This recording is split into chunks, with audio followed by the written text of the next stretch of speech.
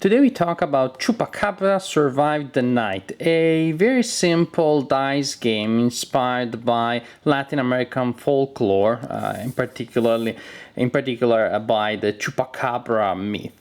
The game comes in this nice looking but definitely oversized box. All you would need is just this part of the box for the dice and then for the instructions, but it is a nice looking box. Again, you really do not need this box to be so big. The game comes with 24 custom dice that glow in the dark. That's pretty cool, even though I haven't tried it yet. This is what the box says and I trust them. And the symbols on the dice are a goat, a chicken, another goat, two chicken, bull, and a chupacabra. All dice are exactly the same. There are 25 of them in the box, and then you have a token that you use to identify the first attacker each turn. The game can be played with up to 4 players. Each player in the game starts with a pool of 6 dice, and quite simple, at the beginning of each turn, each player rolls their dice. Then, starting with the player that has the first attacker token and going around the table, you will use your Chupacabra symbols to attack the animals that belong to other players, if you have Chupacabras. If you do not have any Chupacabra, too bad for you. After you roll, your turn is over. Now, to use your Chupacabras to capture animals, you need to keep an eye on this thing here. This is the chart that tells you what you can capture. With a single Chupacabra, you can kill up to 2 chicken, and they may be on a single die, or they may be from 2 different dice that show a chicken each. Now, of course, I don't have any of those to show you. Well, I don't have 2 of them. A single Chupacabra can kill a goat, and it takes 2 Chupacabras to kill a bull. Interesting factor here, though, is the fact that when you're attacking a pack of animals belonging to an opponent, you need to kill all of the animals in the group that you're attacking. So all chicken or all goats or all bulls belonging to that player. Let me see an example that I can show you. For example, this player here has 2 goats and 2 bulls and all these chickens here, okay? And here I have 3 Chupacabras. Let me close in a little. Here we go. And we have 3 Chupacabras. I could use a Chupacabra, 2 Chupacabras, to get these 2 guys here, but then I would be stuck because I have a single Chupacabra that could potentially kill a goat, but I cannot do it because the other goat is basically guarding the back of her sister, because in this case I would be killing only 1 goat and not all of the goats that are available. And, well, I could have used these 2 dice to kill the 2 goats, but then I still would have been left with this die that cannot be used here.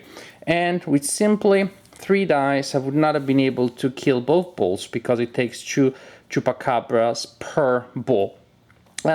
However, when you have more than 2 players, you can use your dice against different pools of dice. So I could use 2 Chupacabra symbols here to capture the 2 chicken or the 2 goats, and then this other die here to capture animals from another pool, provided that there is a pool that has only 1 specimen of a type of animal. In this case, again, with a single Chupacabra, I would not be able to get goats because there's 2 of them, chicken too many, and bull, a Chupacabra is not enough.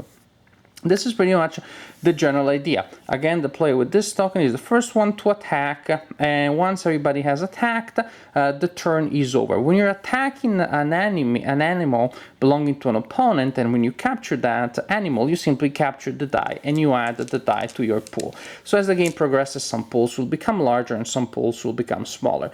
And the game continues very simply like this until one of the players has captured all of the dice in the game. As you can imagine, there is a problem here. That is, if this is the situation, it is going to be very hard for this player here to come back. Not only because this player here is going to be likely to roll many more Chupacabras than this player does, but because this player may roll 1 or 2 Chupacabras, which would be great, but it is unlikely that there will be just 1 or 2 specimens for each species when you are attacking a pack this large. So this is really why it is hard to come back when you start falling behind. There's an optional rule that says that if you are down to 3 dice or less and all you roll is Chupacabras, you only have 1 die, all you roll is a Chupacabra, all you roll is Chupacabras. Well, when that happens, when that circumstance happens, you can choose any one species from any one pool and you can capture all of the specimens belonging to that species. It doesn't matter how large the pack is. For example, this combination of Chupacabras could kill all chicken or all goats or all bulls in this formation here. These 3 Chupacabras could capture all of these dice. That, as you can see, would balance the situation. Oh, there's a goat and there's a chicken. Okay, too much enthusiasm. Had I chosen chicken, probably I would have been able to steal more dice or goats.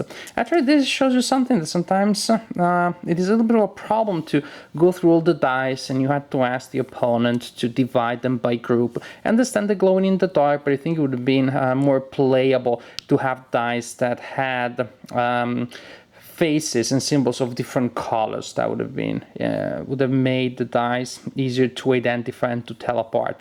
In any case, point being that goats is what we want.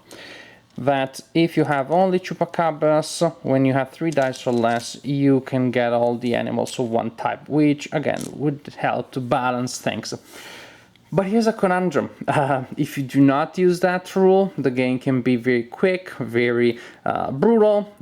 2 lucky rolls may just condemn a player to be kicked out. On the other hand, if you do use this rule and you allow people to come back, the game sometimes, when there are wild swings of fortune, may last a little too long. You understand, this is a game that is very heavily luck-driven. It really does not have many decisions for you to make. There isn't much strategy involved. It is really just a light filler, a no-brainer filler. And if it lasts more than 5, 7, 10 minutes, then it is lasting a little too long. So this is a little bit, well, this is pretty much the problem that I have with the design. It has beautiful components. It is fun to roll these dice. It's fun to send your Chupacabras against the other animals. But in the end, really, there aren't decisions. There isn't a push or luck factor. I'm not against very light dice games, very light fillers. I would just prefer to play a game such as Zombie Dice or Martian Dice, in which you have the push or luck factor, you are still making decisions, rather than a game in which you just roll. There isn't really anything that you can do to alter your odds of having certain results, and you see what happens. I think that the main appeal for this game is to play with little kids, I guess. I think little kids can definitely pick up this game very easily, maybe when they're 4 or 5. I don't think you have to wait until they're 8, as the box says, because these are the mechanics. This is how simple the game is.